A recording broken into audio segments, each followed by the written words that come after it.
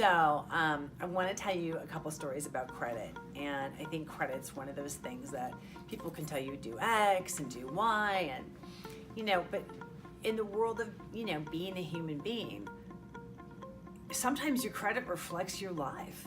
Whether it's a divorce or whether it's I got out of school and I didn't have a job, or I didn't handle my finances well for this period in my life, and it all impacts you because credit is cumulative, right?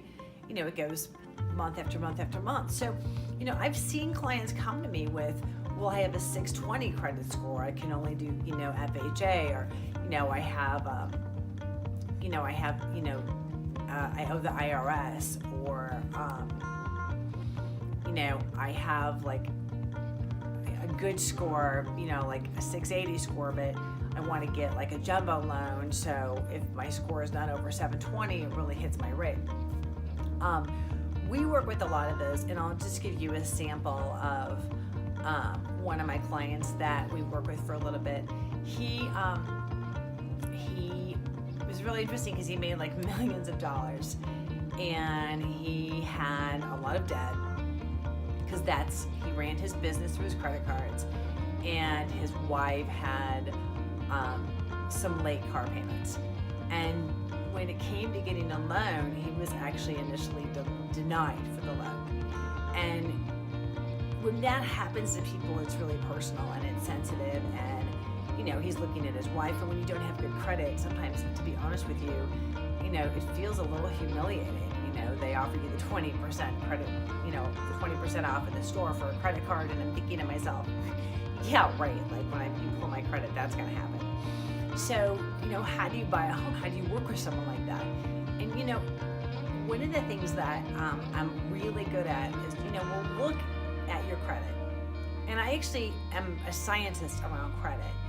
And I've been working in the world of credit since before there was credit scoring. I know some of you don't remember that, but we didn't have credit scoring back in the day. So one of the things we did was we looked at the debt, and we have this really great model we can run, and we played with his credit. And we didn't pull new credit, we just pulled it once, but we played with it on a model, and we were like, if he does this, and if he does this, and if we do this, where's his score going to be here? And we ran different scenarios with his credit. So deleting some accounts, adding some, paying some down, working on deleting late, something like that. And we worked with him and his wife for about 3 months. And we were able to do this thing called rescoring, which is kind of like it's like rushing the credit changes through on a really expedited basis. So your score can change, within 7 days.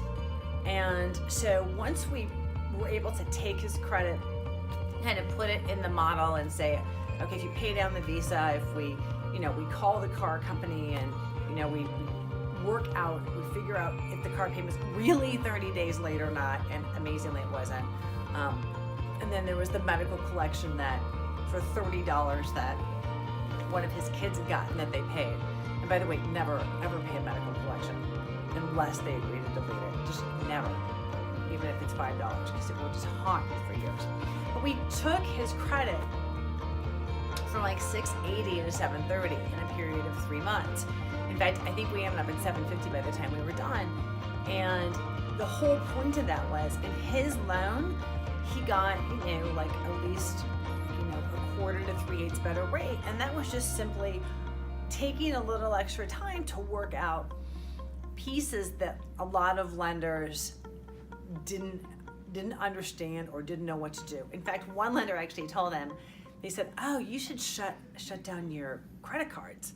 Now that would have devastated his credit completely.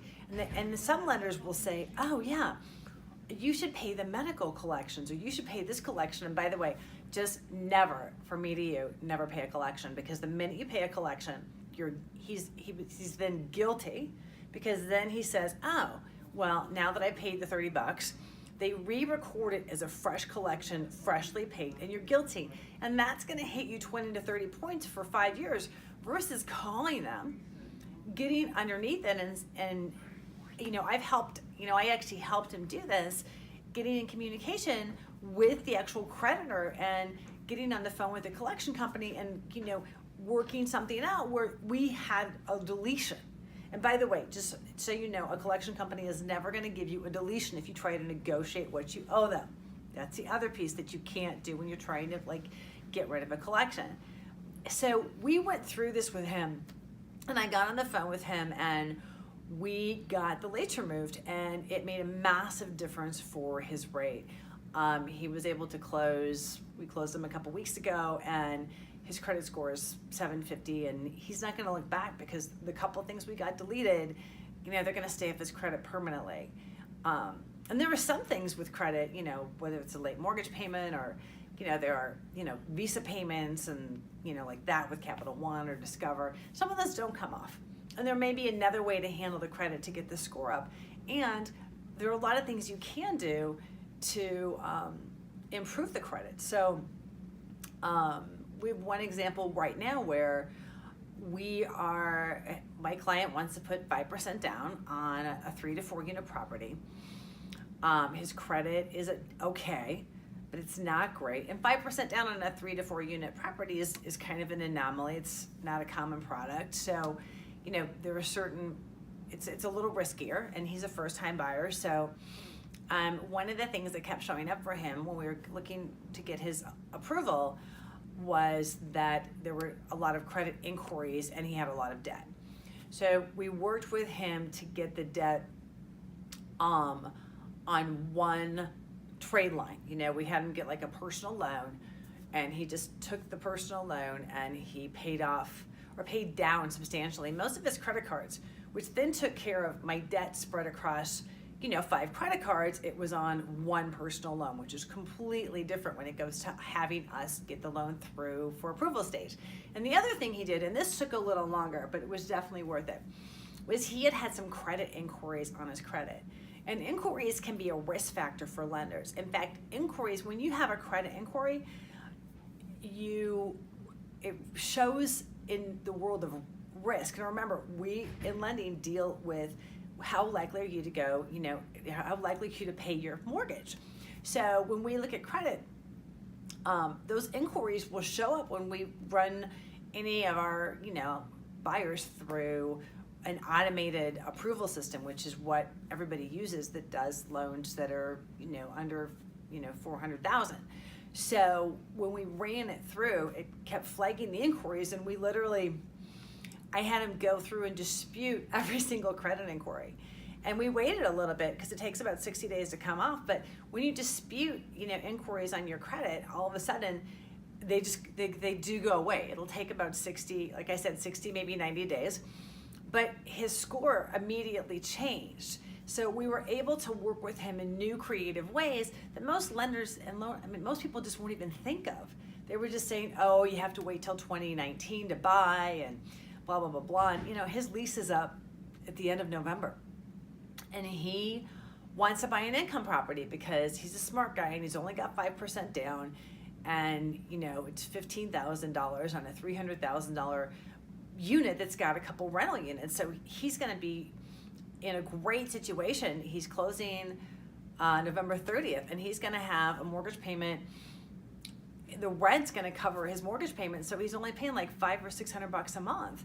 And that was all done out of this great program called Home Possible for first-time buyers, and it's all over the U.S.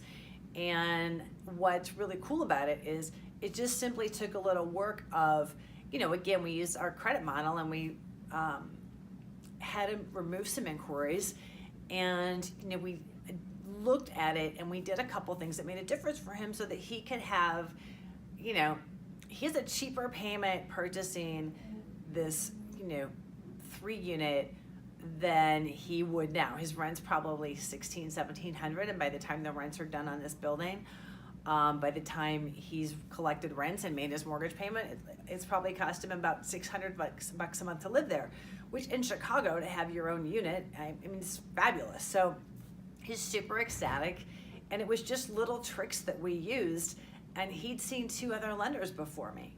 So,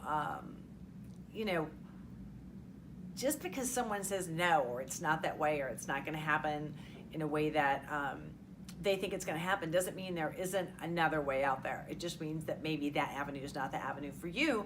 And I'm that avenue for a lot of people because I am really committed that you get your home.